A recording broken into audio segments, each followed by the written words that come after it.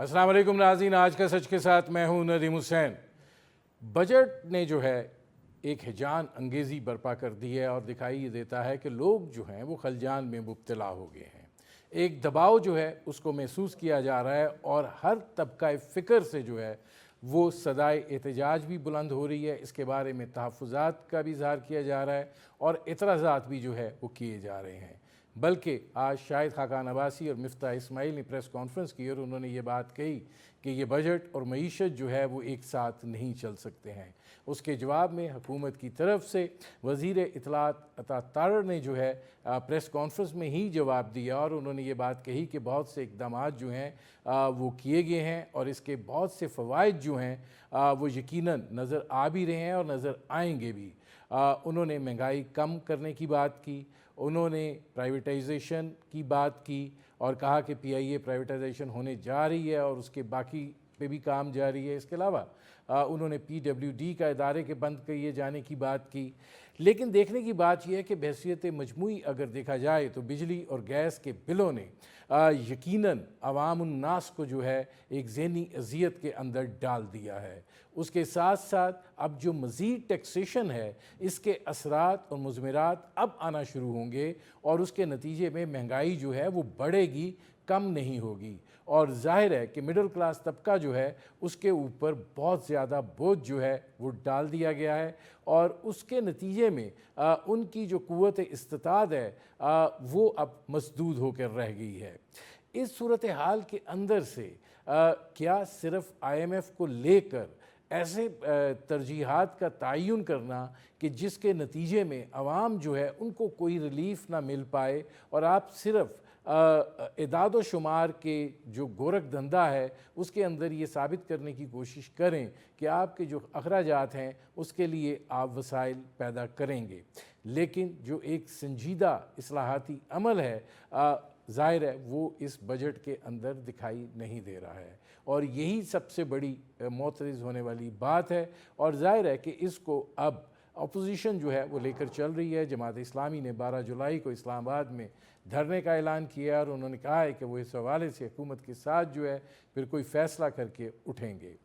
अब हर तबके फ़िक्र से जब और हर शोबाए ज़िंदगी से जब एतराज़ात आने शुरू हो जाएं तो फिर इसका मतलब ये है कि हुकूमत के ऊपर एक दबाव पड़ रहा है और वो दबाव जो है उसका फिर नतीजा क्या निकलता है ये तो आने वाला वक्त बताएगा।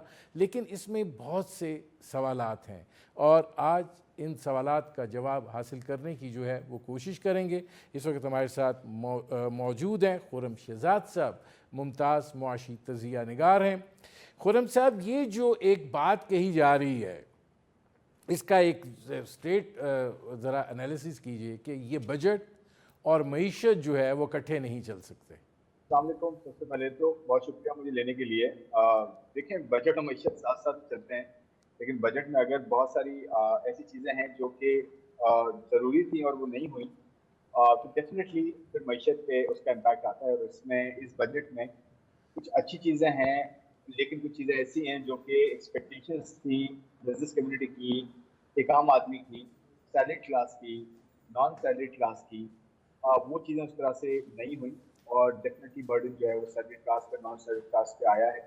तो मेरे ख्याल में आगे जाते हुए एक मरतबा IMF का प्रोग्राम हो जाता है और उसके साथ साथ जो है आपके पास टैक्स की जो कलेक्शन है उसमें एनफोर्समेंट जो है वो बेहतर होती है, या की डिजिटलाइजेशन से हो या फिर जो है वो जो एफर्ट्स हैं उसके थ्रू हो कि जो टैक्स नेट में लोग नहीं है वो आए।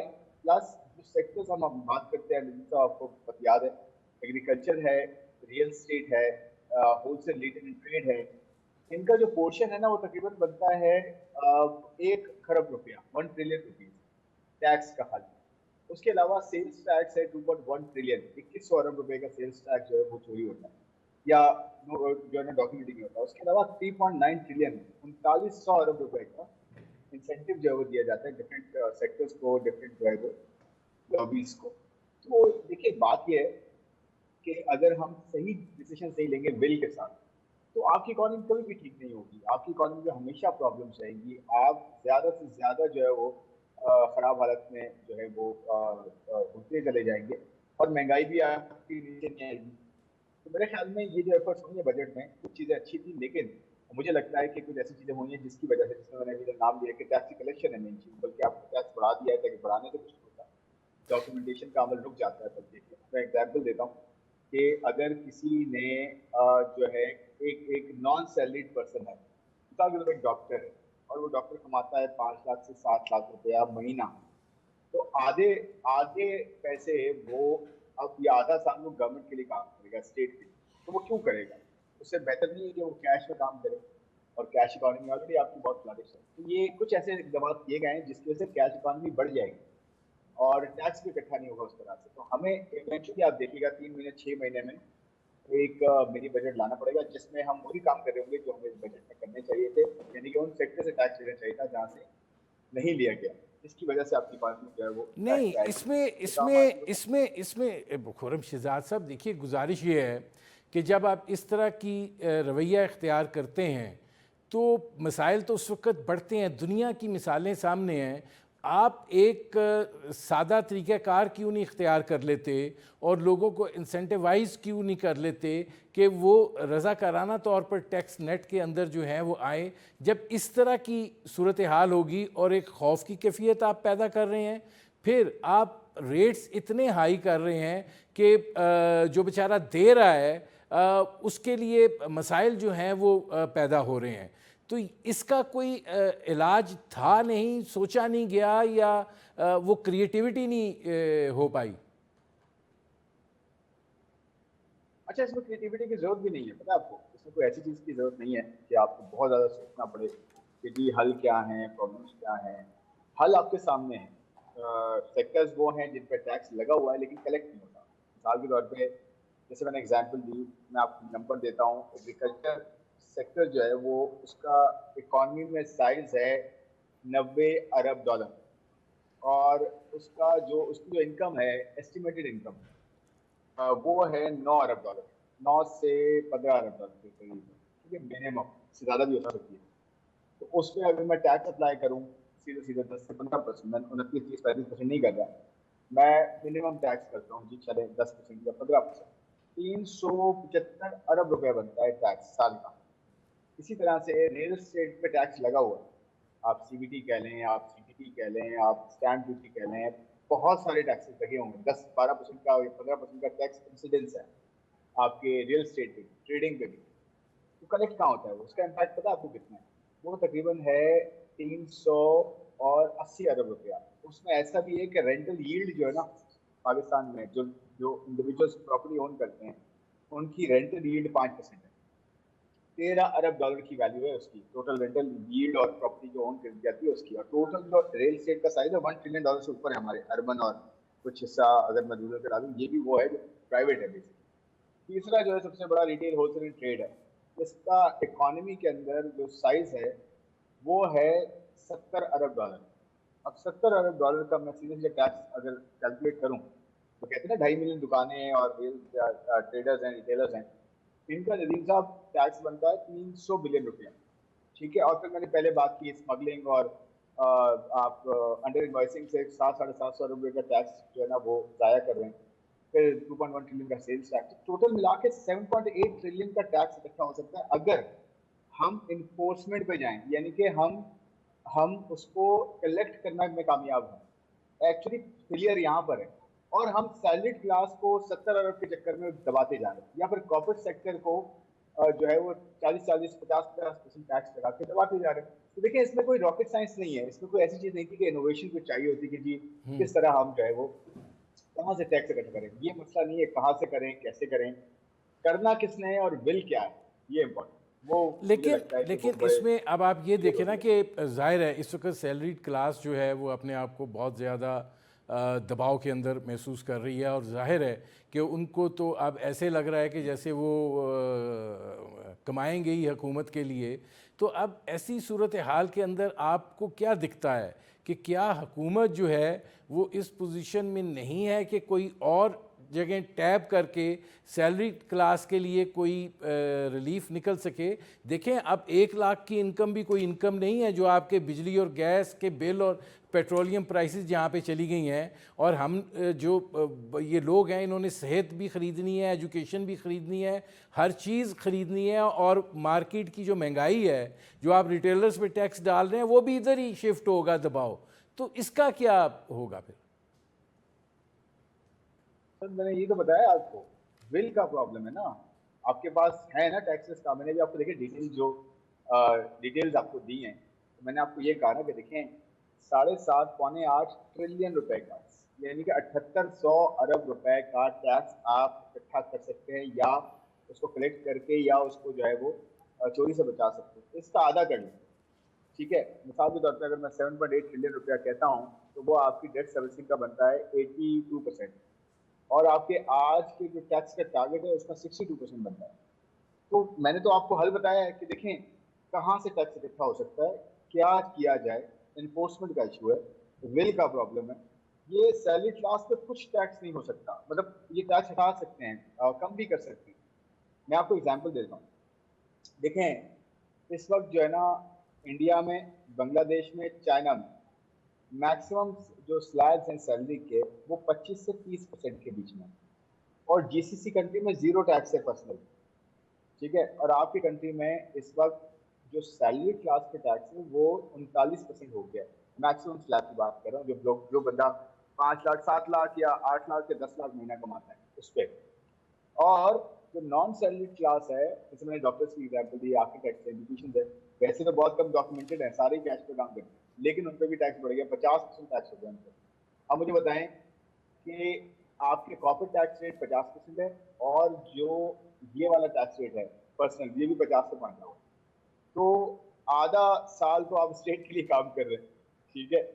तो स्टेट को ये कर सकती है स्टेट कि जी ए से मैं टैक्स लेती जा रही हूँ, बी जो है ना वो खुला घूम रहा है, और बी से मैं ए का 7 टाइम्स 8 टाइम्स टैक्स ले सकती हूँ। तो बात क्या है? बात सिंपल है, बिल नहीं है, या बिल है भी तो कैपेसिटी नहीं है। तो बिल होनी जरूरी है, कैपेसिटी क्रिएट हो सकती है। तो मैंने आपको बता दिया कि टैक्स इतना हो सकता है, सिर्फ बिल की जरूरत है। बिल होगी तो आप देखेंगे ओवरनाइट काम होगा। आप पीआईए का काम देख लें, पीआईए की आप ट्रांजेक्शन देख लें कितनी जल्दी होने जा रही है। फिर आप करेंसी का देख लें, करेंसी के जो मसले थे कैसे वो रिजॉल्व हुए, कितना जल्दी रिजॉल्व हुए। देखिए विल जहाँ आती है ना, वहाँ काम सारे हो जाते हैं। विल की जरूरत, जहाँ विल आएगी सारे टैक्सेस जो है सीधे नहीं, लेकिन हो अब जाएंगे, और इसमें सैलरी आप क्लास पे नहीं, टैक्सेस कम हो जाएंगे। इसमें खुर्रम शहजाद साहब, आप महंगाई का क्या इम्पैक्ट देख रहे हैं?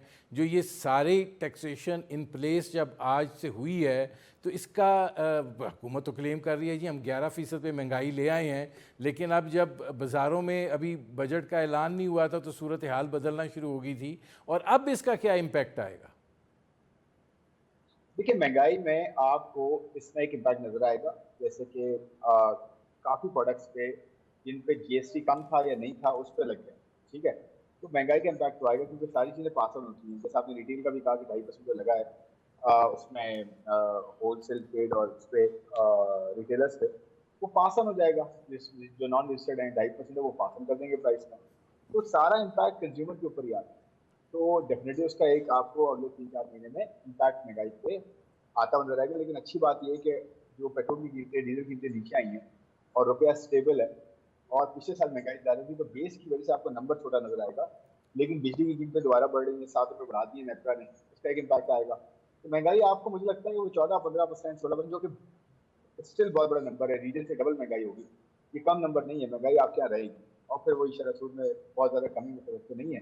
तो देखिए ये 1 साल 2 साल की बात तो है, इसमें तो ये इतना रहेगा। वो भी प्रोवाइडेड कि हम सारे रिफॉर्म्स करें और आईएमएफ को प्रोग्राम लें, और मिड वे जो है ना आईएमएफ के साथ चल के ये जो फॉर्मल सेक्टर है टैक्सेस कम करना शुरू करें, और इनफॉर्मल सेक्टर को लेकर आए टैक्स में, फिर जाके आप जैसे होंगी। अदरवाइज आपकी कॉस्ट बहुत ज्यादा हो सकती है, और चैलेंजिंग टाइम है डेफिनेटली। तो महंगाई का मुझे लगता है कि बहुत ज्यादा कमी होना जो है मुमकिन है। नहीं, आपको लगता है कि ये सिचुएशन सस्टेनेबल है? जी मैंने यही कहा ना कि देखिए बहुत सारे इफ्स एंड बट्स हैं कि आपने आईएमएफ का प्रोग्राम लिया, एनर्जी के रिफॉर्म्स किए, टैक्स के रिफॉर्म्स किए, अपने खर्चे कम किए, आपने प्राइवेटाइजेशन के काम जो है वो तेज बढ़ाया, फिर आपने जो है वो पेंशन के रिफॉर्म्स किए, फिर आपने सिविल मिलिट्री रिफॉर्म्स जो है वो किए, जो है किस तरह से हायरिंग होती है, कैसे उसको जो है वो फंड किया जाता है। अपनी आपने वर्क फोर्स कम की, अपनी मिनिस्ट्रीज कम की, काटी आपने, जो बजट में नजर नहीं आया। लेकिन ये जब तक नहीं करेंगे तो आपकी सस्टेनेबिलिटी नहीं आएगी। बहुत ये राइटिंग ऑन द वॉल, लेकिन कुछ ऐसे स्टेप्स अगर किए जाएं, जैसे मैंने कहा कि ये रिफॉर्म्स की तरफ जाएं, फिर आपको डेफिनेटली जो है साल में 1.5 साल में फर्क आना नजर आएगा। होपफुली ये चीज हो और टीम ये काम करे तो मेरे ख्याल में फिर फर्क नजर आएगा, अदरवाइज चैलेंजेस काफी बढ़ जाएंगे। आप जिस कैश इकॉनमी की बात कर रहे हैं, अब जाहिर है कि पाकिस्तान के अंदर एक पैरेलल इकॉनमी तो चलती रही है, लेकिन अब ये कैश इकॉनमी का मसला हो जाएगा। तो ये जो सारा सिलसिला है, आपको लगता है कि बजाय इसके कि आपके वसाइल में इजाफा हो, कोई ख़ास फ़र्क नहीं पड़ेगा? सर आपकी आवाज़ कट गई थी, आप रिपीट करेंगे सवाल को? मैं खुर्रम शहजाद साहब ये कह रहा था कि जिस आप कैश इकॉनमी की बात कर रहे हैं, ज़ाहिर है पाकिस्तान की पैरेलल इकॉनमी रही है और ये बात कही जाती थी कि ये पैरेलल इकॉनमी ही पाकिस्तान को सस्टेन किए हुए है। अब आप कैश इकॉनमी की भी बात कर रहे हैं, उसके साथ साथ तो जो हम वसाइल ज़्यादा पैदा करने की बात कर रहे हैं, आपको लगता है कि बजाय इसके कि जो इक़दामात हमने उठाए हैं उसके नतीजे में कोई वसाइल में बेहतरी आए, उल्टा जो है हम मज़ीद चोरी को फ़रोग़ दे देंगे? तो मैंने आपको ये एग्जांपल दी ना, अगर आप टैक्स बढ़ा देते हैं, डॉक्टर्स हैं, आर्किटेक्ट्स हैं, म्यूजिशियंस हैं, तो वो क्या करेंगे? वो कैश में डील करेंगे, क्योंकि भाई आप मुझे बताएं ना, अब महंगाई जो है 14-15%, 20%, 25% महंगाई भी हो, फिर 17-18% जीएसटी, 18% आप जीएसटी पे करें, सिक्योरिटी ना हो आपके पास, हेल्थ ना हो आपके पास, एजुकेशन ना हो आपके पास, जो कि आपका कॉन्स्टिट्यूशनल राइट है, और बेसिक की बात कर रहा हूँ, उसके अलावा जो है मतलब आपको ट्रीट भी वैसा ना किया जाए और आप ही से स्क्वीज किया जाए, तो हर कोई ये सोचेगा ना कि भाई मैं क्यों स्टेट के लिए आधा साल काम करूँ, मैं कैश में क्यों नहीं डील करूँ। मुझे लगता है कैश इकोनॉमी बढ़ सकती है और ऑलरेडी कैश इकोनॉमी बहुत ज़्यादा, तभी हमारा ये प्रॉब्लम है। तो हम शायद उल्टी डायरेक्शन में चले जाए, हमें बहुत जल्दी ये करना होगा कि टैक्स रेट्स को नीचे लाना होगा, ताकि लोगों को इंसेंटिवाइज किया जाए जो है सिस्टम में आने के लिए। और बहुत ज़्यादा टैक्सेस बढ़ाते रहेंगे और अपने खर्चे कम नहीं करेंगे और अपने रिफॉर्म्स नहीं करेंगे, तो कैश इकोनॉमी बढ़ जाएगी, जो कि हम नहीं चाहते बढ़े, जो होना नहीं चाहिए एक्चुअली। वो हमारे लिए बहुत मुश्किल हो जाएगी, इकोनॉमी बहुत ज़्यादा अनडॉक्यूमेंटेड इकोनॉमी होने का मतलब ये कि हमारे पास टैक्सेस आगे जाके बहुत कम हो जाएंगे, आईएमएफ का प्रेशर ज़्यादा होगा, तो हमें बहुत जल्दी कैश इकोनॉमी को कम करना। अब इसमें ये फरमाइएगा कि जो टैक्सेशन इस दफ़ा हुई है, ये चारों तरफ से हुई है और हर चीज़ के ऊपर हुई है, तो आप इससे आपको लगता है कि नहीं, हमें कोई इक़दामात उठाने होंगे कि ये इसके अंदर कोई बेहतरी की सिचुएशन हो सके, कि नहीं हम उस वक्त तक कुछ नहीं कर सकते जब तक आईएमएफ नहीं हो जाता? नहीं, आईएमएफ जब तक नहीं होता तो आप तो भूल जाना, कुछ भी नहीं होगा अभी। जो बजट पास किया है वो तो किया ही इसलिए है ना कि आईएमएफ ऑन बोर्ड हो। तो जब तक आईएमएफ ऑन बोर्ड नहीं होगा तो आप मेरे ख्याल आईएमएफ को ऑन बोर्ड होने के बाद भी कुछ किया जाएगा। आईएमएफ को ऑन बोर्ड होना और हर क्वार्टर में उनके साथ हमें कंडीशन उनकी मीट करनी पड़ेगी, टैक्स की हो गई, रिजर्व्स की हो गई, इंटरेस्ट रेट से लेकर, करेंसी से लेकर, फिस्कल कैपेसिटी से लेकर और प्राइवेटाइजेशन से लेकर और बहुत सारे एनर्जी रिफॉर्म्स है, ये सारा बहुत कॉम्प्रिहेंसिव, ये मैं आपको बताऊं, प्रोग्राम होगा। ये कोई हल्का प्रोग्राम नहीं होगा। तो जब तक आप आईएमएफ प्रोग्राम में होंगे तो बहुत मुश्किल होगा।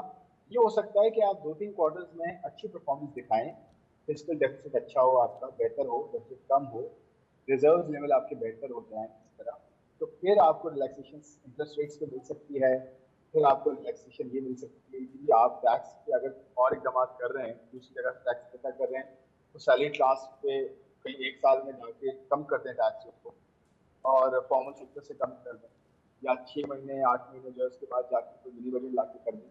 लेकिन मुझे लगता है 1 साल तक शायद कुछ ना हो, 1 साल तक हमें अपना इस प्रोग्राम को बहुत ज़्यादा आगे दिखाना होगा और ये एक पेन रहेगा। उससे पहले हो जाता है तो बहुत अच्छी बात है, लेकिन ठीक है, लाइकलीहुड कम। बहुत शुक्रिया खुर्रम शहजाद साहब। नाज़रीन, ये थे मुमताज़ माहिर माशियात खुर्रम शहजाद, उनकी आपने गुफ्तगू सुनी। वक्त हुआ है एक मुख्तसर से कमर्शियल ब्रेक का, मिलते हैं इस वक्फे के बाद। Welcome back. नाज़रीन, बजट के असरात के हवाले से मुख्तलिफ शुबा हाईजात जो हैं वो अपनी अपनी आवाज़ जो है वो बुलंद कर रहे हैं। देखने की बात यह है कि क्या मसला क्या हुआ है कि जिसकी बिना के ऊपर हर तरफ से जो है एक सदाए एहतजाज जो है वो बुलंद हुई है और इस बजट को उस तरीके से हर बजट के ऊपर बात होती रही है लेकिन इस तरीके से बजट के ऊपर तहफ़्फ़ुज़ात का इज़हार माजी में नहीं हुआ है। अब हमारे साथ मौजूद हैं इख्तियार बेग साहब, सनतकार हैं, रुकन कौमी असम्बली हैं पाकिस्तान पीपल्स पार्टी के, और हमारे साथ मौजूद हैं अतीक मीर साहब, ताजर रहनुमा हैं। इख्तियार बेग साहब, ये फरमाइएगा कि सनतकार भी मुतमिन नहीं दिखाई दे रहा, रियल स्टेट वाला भी मुतमिन नहीं दिखाई दे रहा, हालांकि ये बात कही गई कि रियल स्टेट और एग्रीकल्चर सेक्टर को उस तरीके से तो टैब नहीं किया गया।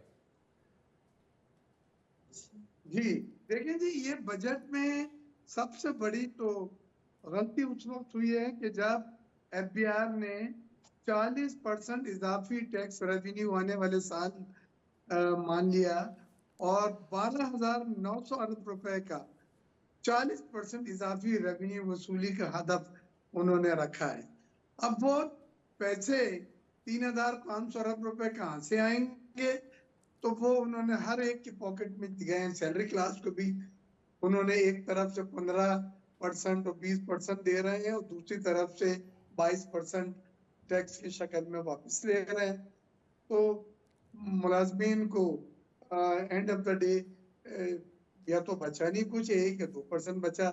इसी तरह आपने रियल सेक्टर के जहन में आपके था कि ये सेक्टर में जो अनडॉक्यूमेंटेड इकोनॉमी है वहां से चल रही है और मनी वहां पार्क होती है, लिहाजा आपने हर वो चीज उस पर लगा दी। पहले तो कैपिटल गेन पहले जुलाई से लगा दिया, हालांकि दुनिया में कैपिटल गेन का एक पीरियड होता है, 3 साल रोके तो इतना टैक्स होगा, 5 साल, इतना 10 साल हो तो कैपिटल गेन नहीं लगता, जो चल भी रहा था। लेकिन उन्होंने सबको खत्म करके 1 जुलाई के बाद अगर 6 महीने बाद भी आप बेचे और 10 साल के बाद भी बेचे तो कैपिटल गेन है। उसके बाद उन्होंने एक चीज लगाई है जो ना बजट में थी और ना उसकी तरमीम अमेंडमेंट में थी, और ये हमने बात की थी स्पीकर साहब के चैम्बर में, वजीर खजाना से मैं खुद वहां पे मौजूद था।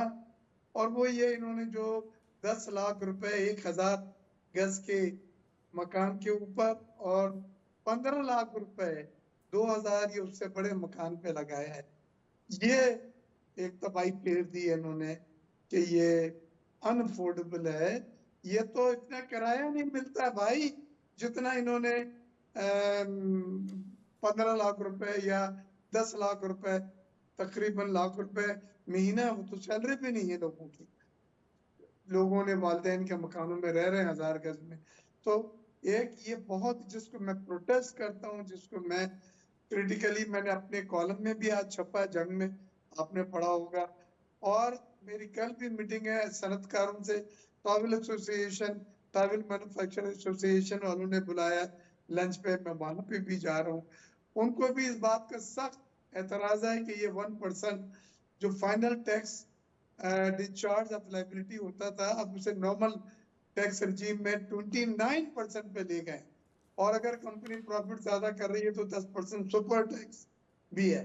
और ये 1% जो पहले था ये बाकी साथ चलेगा, तो 40% तो आपने यहाँ ही कर दिया है। कर दिया। मैं आता हूँ इख्तियार बेग साहब, इसमें मैं आता हूँ इख्तियार बेग साहब, मैं आता हूँ इसमें। अतीक मीर साहब, ये फरमाइएगा कि आप लोगों के साथ शिकवा था, अब रजिस्ट्रेशन हो रही है, आपको लगता है कि इसका भी आपने आगे शिफ्ट अवाम को ही करना है?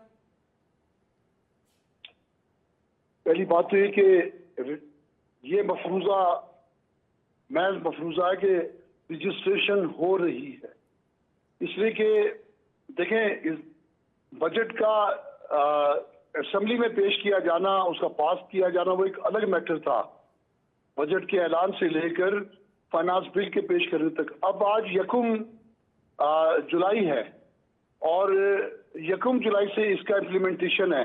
लोग इस पर एक्शन उस वक्त देते हैं यानी इनका रिएक्शन होता है बजट के इम्प्लीमेंटेशन के बाद।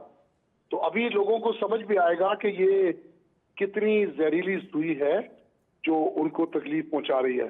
तो अब जो ये बजट आगे जाएगा, अपनी अमल की तरफ जाएगा, आप देखोगे इश्तियाल बढ़ेगा, एहतजाज होगा, हड़तालें होगी। कोई सेक्टर में मुतमईन नहीं देखता ये आज से कई साल पहले ऐसा ही एक बजट आया था कि सारे सेक्टर सड़कों पे आ गए थे। 40 सेक्टर्स एक साथ मुश्तइल थे। अब भी वही सूरत हाल है कि 50 से ज्यादा सेक्टर्स हैं जो मुश्तइल हैं और इस बजट से नाखुश हैं। तो इसलिए कि रिलीफ का लफ्ज इस बजट में दूर दूर तक नजर नहीं आता। सिर्फ टैक्स ही टैक्स है, टैक्सों का एक सैलाब है। एक रेडी बांध से लेकर एक बड़ी मिल तक सब टैक्सों, कोई टैक्सों का मुतबादिल भी तो हो, कोई बेनिफिट भी तो हो।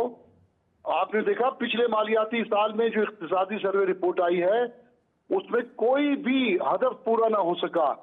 मैं पूरे यकीन के साथ कहता हूं कि ये बजट अपने बदतरीन अंजाम की तरफ जा रहा है और कुछ ही अरसे में आप देखोगे इसके अहदाफ पूरे होना तो दूर की बात है, इसकी कबूलियत ही मुमकिन नहीं है। तो अच्छा, मैं आता हूँ अतीक मीर साहब, आपने जो बात की है इसमें इख्तियार बेग साहब ये फरमाइएगा कि आप तो हुकूमत को इत्तेहादी हैं, आप तो मुबर्रा नहीं हो सकते हैं ज़िम्मेदारी से। वोट आपने दिया है, अब ये जितना मलबा गिरेगा ये आपको भी उठाना है। और आप ये जो शिकवा कर रहे हैं, ये सारे शिकवे पार्टी मीटिंग में और फिर हुकूमत के साथ कोई एक मुशावरती अमल में तो जाते ना। ये इन्होंने हमें मशावरत के लिए शामिल ही नहीं करा। कोई ऐसी मीटिंग नहीं हुई जिसमें हमसे डिस्कस किया हो कि ये इन सेक्टर पे इस तरह से टैक्स की भरमार कर रहे हैं। पूरा बजट में एक सिमत नजर आती है और वो है रेवेन्यू रेवेन्यू रेवेन्यू। ना ग्रोथ का एलिमेंट रखा गया, ना एक्सपोर्ट का एलिमेंट रखा गया, ना सनतकारी और नई मुलाजमतों के मौके पैदा करने का कोई उनसुर और एंगल नजर आता है। हाँ नजर आता है तो सिर्फ रेवेन्यू और रेवेन्यू रेवेन्यू रेवेन्यू का ये अनएम्बिशियस ये टारगेट है। ये कबूल ही नहीं हो सकता किसी भी सूरत में 40%। लेकिन आपने सनत को बिठा देना है, आपने कंस्ट्रक्शन सेक्टर को बिठा देना है, आपने एक सैलरी क्लास को जो मिडिल क्लास का था उसको भी अब आपने उसकी कमर तोड़ देनी है। वो बच्चों को ना अब मेडिकल देने के काबिल होगा और ना तालीम। तो ये तमाम चीजें मैं नहीं समझता होशमंदाना रवैया है। हमने 2 मीटिंगें की थी बजट से पहले और बिलावल साहब ने पार्लियामेंट्री पार्टी की, उसमें तमाम MNA और दूसरी में सेनेटर भी थे और हम सब ने कहा था कि हम मुतमईन नहीं हैं जिस तरह से हमें अलाइज को लिया जा रहा है, हम पे बातें आएंगी वो तमाम गैर मकबूल फैसलों की जो ये करने जा रहे हैं। और फिर बाद में आपको सुन के खुशी होगी कि हमने एब्स्टेन किया 2 दिन हमने कोई। लेकिन इख्तियार भाई बजट तो बिलावल साहब ने मंजूर कर लिया ना। नहीं, अब हमने अपनी रिजर्वेशन तहफ्फुजात बताए हुए हैं। नहीं वो आप इख्तियार बेग साहब अब आप जो मर्जी कहें कि तहफ़्फ़ुज़ात बताए हैं, ये बताया है, जिम्मेदारी आप पे आ गई मैं क्योंकि ये भी वो तो हो गया। नदीम साहब वो क्या तहफ़्फ़ुज़ात थे, कुछ मुराद की शर्त थी वो हासिल हो गई तो मंजूर हो गया। अवाम के लिए तो आपने कुछ ना मांगा। लेकिन अब एक सवाल इख्तियार बेग साहब, मैं अतीक मीर साहब से एक सवाल लेकर आपसे भी वो पूछता हूँ। अतीक मीर साहब ये फरमाइएगा कि क्या ये जो आप इक़दामात हैं ये चैलेंज होंगे अदालतों में, ये आप लोग क्या कैसे इसको देख रहे हैं अगर नाकबूलियत का ये आलम है तो? देखिए अदालतों में चैलेंज तो उस वक्त होंगे कि जब लोगों को अदालतों पर भरोसा होगा। एक ऐसा बजट जो ख्वाबों की दुनिया में बैठकर बनाया गया, मईशत सिफर है, तो कैसे मुमकिन है कि आपने 18,877 अरब रुपए का क्या तखमीना लगा दिया अखराजात का। पाकिस्तान की तारीख में सारे तय्युशात आपके हैं, सारी आसाइशें आपकी है और हम बिजली का बिल भरने से माजूर हैं। आपने 12,900 अरब रुपए की वसूली का, महसूलात की वसूली का जो हदफ रखा है, ये अगर 50% भी पूरा हो जाए तो मैं समझता हूँ एक बहुत बड़ी बात होगी। इस वक्त मैं अपने चारों तरफ जो मायूस कुन मैशत की सूरत हाल देख रहा हूँ, तबाह कुन कारोबार देख रहा हूँ और अपने कारोबारी तबके को इंतहाई परेशान कुन हालत में देख रहा हूँ। तो ये बजट सिवाय इश्तियाल के, सिवाय एहतजाज के और इसका कोई रिजल्ट नहीं होगा। हुकूमत को खुद बैठना होगा, खुद इस वापस बैकफुट पे जाना होगा। बाकी अदालतों में वो जाएं जिनको अदालतों पर भरोसा है। अदालतें इनकी हैं, हुकूमत इनकी है, फैसले इनके हैं, IMF के नीचे ये लोग लगे हैं। तो इसलिए ये समझते हैं कि एक आम आदमी जो 2 वक्त की रोटी को तरस रहा है वो इनके अहकामात को मान लेगा, ऐसा मुमकिन नहीं है। मैं आता हूँ, मुझे एक ब्रेक लेना पड़ रहा है। नाज़रीन, हमारी गुफ्तगू जारी है, वक्त हुआ एक मुख्तसर से कमर्शियल ब्रेक का। मिलते हैं इस वक्फे के बाद। Welcome back. अच्छा, इख्तियार बेग साहब, मेरे कुछ बड़े सनतकार इदारों के सरबराहान से एक दूसरे भी बात हो रही थी, तो वो ये कह रहे थे कि कोई ज़्यादा फ़र्क नहीं पड़ा है। किस चीज का फर्क नहीं पड़ा है? ये मतलब टैक्सेशन का और बाकी जो इकदाम उठाए गए हैं, उन्होंने कहा कोई ज़्यादा फ़र्क नहीं पड़ा है, ठीक है। नहीं, मैं नहीं समझता। जो मेजॉरिटी है इंडस्ट्री की, एप्टमा की रिप्रेजेंटेशन मेरे पास आई थी, जो मैंने अपने बजट तकरीर में पेश की। Federation of Pakistan chamber of commerce FPCCI की आई थी, और कराची चैम्बर वालों की पूरी जो तहफ़्फ़ुज़ात हैं, जो उन्होंने एतराज़ात किए हैं, वो मेरे पास से, मैंने तीनों को अपनी बजट तकरीर में पेश किया है। लोग, इंडस्ट्री तबाह बर्बाद हो जाएगी। बिजली की कीमतें भी बढ़ रही हैं, गैस की कीमतें भी बढ़ रही हैं, टैक्स भी बढ़ रहा है, विद होल्डिंग, फेडरल एक्साइज, उसके बाद सेल टैक्स की मद में जो कवानीन आप ला रहे हैं वो इतने सख्त हैं कि आप एक कमिश्नर को पूरी पावर दे रहे हैं। साथ साथ 1% जो फाइनल टैक्स रिजीम थी एक्सपोर्टर की, वो दुनिया में एक्सपोर्टर का मौपूत होते हैं, उन्हें सर आंखों पे बैठाया जाता है, उन्हें मराद दी जाती हैं। इन्होंने उसको खत्म करके नॉर्मल टैक्स रिजीम में 29% के लिए आए। ये 1% और 29% में कुछ फर्क नहीं नजर आ रहा है आपको? ये ज्यादा नहीं है, ये बहुत ज्यादा है। इसके बाद फिर दूसरे टैक्सेस भी इस पे एप्लीकेबल होंगे। वो चीजें जो रोज के इस्तेमाल की हमने एतराज की, स्टेशनरी पे, बच्चों की किताबों पे, बच्चों के पैक डब्बे के दूध पे, हमने उन्हें कहा कि डायग्नोस्टिक में स्टंट जो डलता है, हेपेटाइटिस की जो इक्विपमेंट्स हैं, टेस्टिंग इक्विपमेंट, तो अपने डायलिसिस के, मैंने कहा क्या आप कोई चीज गरीब को आप चाहते हैं कि अगर उसकी 2-4 साल बच्चे इलाज करा के उसकी उम्र बढ़ा रहे हैं, तो आप नहीं चाहते, आप चाहते हैं कि पहले दिन जिस दिन बीमारी हो वो मर जाए। ये सब बातें हुई हैं। मैं खुद एक जिम्मेदार आदमी हूँ, कौमी असेंबली का मेंबर हूँ, स्टैंडिंग कमेटी फाइनेंस का, अपना रेवेन्यू का, कॉमर्स का मैं मेंबर हूँ। तो मैं बड़ी जिम्मेदारी से बात कर रहा हूँ कि यह बजट ना सनत को कबूल होगा, ना एक आम आदमी को, ना सैलरी क्लास को, ना एक्सपोर्टर को, और गरीब आदमी की अब पेंशन वगैरह में आने वाले वक्त में आप देखेंगे तब्दीलियां की गई हैं। वो तभी तफसील आई नहीं है, लेकिन आ जाएंगी। जहां तक सवाल है रिटेलर का, वो 72,000 का ये कह रहे हैं कि रिटेलर ने रजिस्टर्ड कराया है, लेकिन हमारा टारगेट जो इन्होंने दिया था रिटेलर का, वो तो लाखों का था। इसी तरह एग्रीकल्चर सेक्टर को अभी तक सामने डिटेल नहीं आई है। हाँ, एग्रीकल्चर के इनपुट्स पे जो ये टैक्स लगा रहे थे, वो अल्लाह का शुक्र है कि हमारे शोर मचाने से उन्होंने उसको किया। मैं आता हूँ इख्तियार बेग साहब। अच्छा, अतीक मीर साहब, अब ये फरमाइएगा कि कुछ आपके रिटेलर रजिस्टर भी हो रहे हैं, तो अगर ये सारा सिलसिला, रिटेलर्स टैक्स नेट से तो बाहर है ना, ये बात तो आप तस्लीम करें, और आपको उसमें आना तो चाहिए, और अब वो वजीर खजाना साहब कह रहे हैं टैक्स तो देना पड़ेगा। देखिए, अभी हाल ही में जो ताजिर दोस्त टैक्स स्कीम लाई गई थी, जिसकी पूरी शक्ल वाजे नहीं की गई, उसमें ये लाना चाह रहे थे। उसमें कुछ लोग शायद आए भी हों, और लेकिन अक्सरियत जो है वो पहले ही फाइलर है और फाइलर बनने के लिए तैयार भी है। जब इस किस्म के इबाम आते हैं जिसमें शोर मच जाता है कि कोई खराबी है, और ताजरों की लीडरशिप जिसको ना मुवाफिक करार देती है, वो स्कीमें बहुत कम कामयाब हो पाती है। जैसे अभी भी आपने देखा कि टैक्स के बारे में बहुत ज्यादा इबाम है। और मैं एक बात आपको कहता चलूं कि जिन अशिया पर जो बेसिक नीड्स हैं, कम अज कम कोई जालिम से जालिम हुक्मरान भी उस पर रिलीफ देता है। जो खाने पीने की अशिया हैं, मेडिसिन हैं। अब आप देखें, हमें ना तो पानी की सहूलत है, ये हम इस बजट को क्या मानते हैं, जबकि पानी खरीद के पीते हैं। गैस हमें आप नहीं देते, बिजली हमें दस्तयाब नहीं है, बिजली के बिलों की अदायगी मुमकिन नहीं है, इलाज मुआवजा मुश्किल हो गया, बच्चों को तालीम नहीं दिलवा सकते। तो हम इस बजट को क्या समझते हैं, इस हुकूमत की हमारे नजदीक क्या हैसियत है?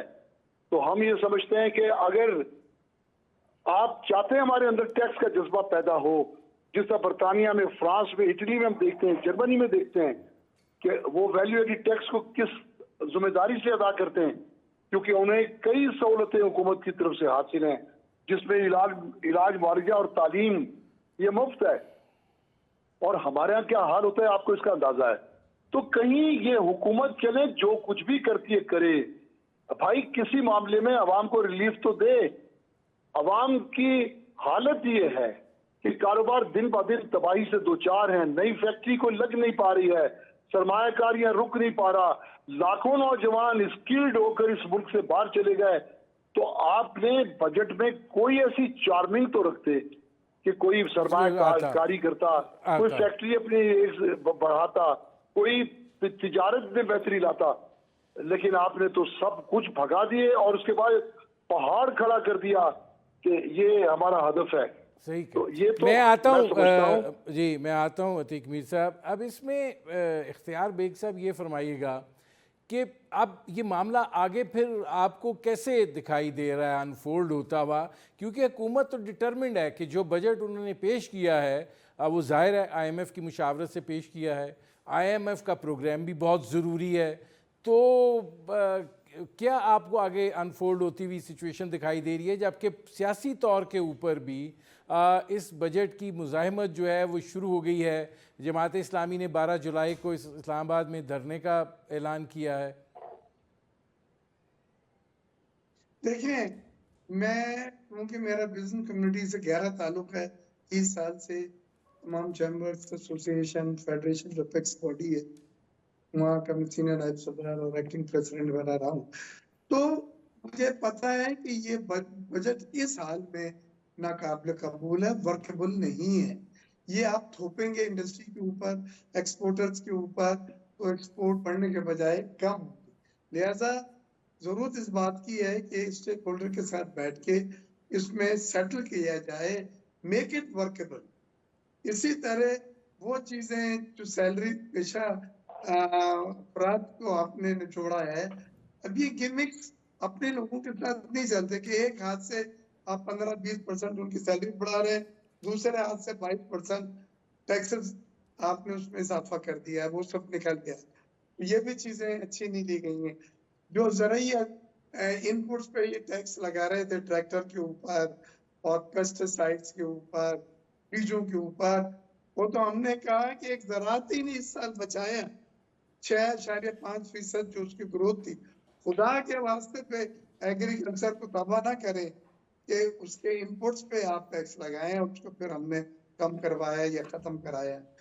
तो जो बात मैं कहना चाह रहा हूँ नदीम को यह है, और वो अतीक मीर साहब ने भी कही है कि इस बजट में हमें कोई डायरेक्शन नहीं मिलती, न सरमायाकारी की नए लाने की, न सनतों में लगाने की, न नई मुलाजमतों के। ठीक है, अच्छा अब अतीक मीर साहब ये फरमाइएगा जी, मैं आता हूँ इख्तियार बेग साहब। अतीक मीर साहब ये फरमाइएगा कि जाहिर है कि एक बोझ तो डेफिनेटली आया है, आपको क्या लगता है कि इसमें कोई चांस है रिवर्सल का या नहीं? किसकी तरफ से? हुकूमत की तरफ से। ये तो हुकूमत जानती होगी, क्योंकि हुकूमत तो खुद एतराफ कर रही है कि बजट हमने IMF के साथ बैठ के बनाया है। ये जो अधूरी शिरकत बताई है हुकूमत ने। लेकिन अब आपका IMF के बगैर गुजारा भी तो नहीं है ना अतीक मीर साहब, क्या किया जाए? IMF के पास हमारी गर्दन फंसाई किसने? ये कर्जे हमने तो नहीं लिए, मुल्क को हमने तो मकरूज नहीं किया। ये सारी अयाशियां, गैर मुल्की दौरे, भारी काबीना, मुफ्त बिजली, मुफ्त सफर, ये भारी तनख्वाहें, ये हमारी तरफ, ये कौन किसके लल्ले तो लल्ले हैं? इसके मुजरिम हम तो नहीं हैं। अगर ये वाकई मुहब्बत वतन लोग हैं, अगर ये इस मुल्क से प्यार करते हैं, अगर ये चाहते हैं कि गरीब आवाम इन्हें दुआ दे, तो फिर कम से कम ये आवाम की बेसिक नीड्स आवाम को दे और अपनी सारी अयाशियां खत्म करे। मुफ्त हज, मुफ्त उम्रे, ये तो हज तक अपने पैसे से नहीं करते। तो ये सूरत हाल जब अब खुल के सामने आ गई है, कल तक कोई इनके कपड़े उतार गया था, अब अंडर गारमेंट्स इन्होंने खुद उतार दिए हैं। तो हमारे सामने तो इनकी एक ऐसी तस्वीर नजर आ रही है हमें कि हमारा तो दिल खौलता है, जलता है। हम टैक्स देना तो दूर की बात है। मैं आज एक कॉन्फ्रेंस में था, कोई इनसे खुश नहीं है, कोई सियासी जमात, ताजरों का कोई सेक्टर, सब परेशान है। और एक बहुत खतरनाक चीज है और वो है गैर यकीनी सूरत हाल। हर शख्स यही की बात करता है, जिस दुकानदार के पास बैठ जाए, जिस फैक्ट्री में बैठ जाए, वो एक ही बात कहता है कि आने वाला कल अच्छा नहीं है, कल अच्छा नहीं है। ठीक है, बहुत शुक्रिया जी नदीम साहब, आप सोच ही नहीं सकते। ठीक है, बहुत शुक्रिया इख्तियार बेग साहब, बहुत शुक्रिया अतीक मीर साहब। नाज़रीन, आपने हमारे पैनल के शुरका की गुफ्तगू सुनी। अब तक के लिए इतना ही, इजाज़त दीजिए, अल्लाह हाफ़िज़।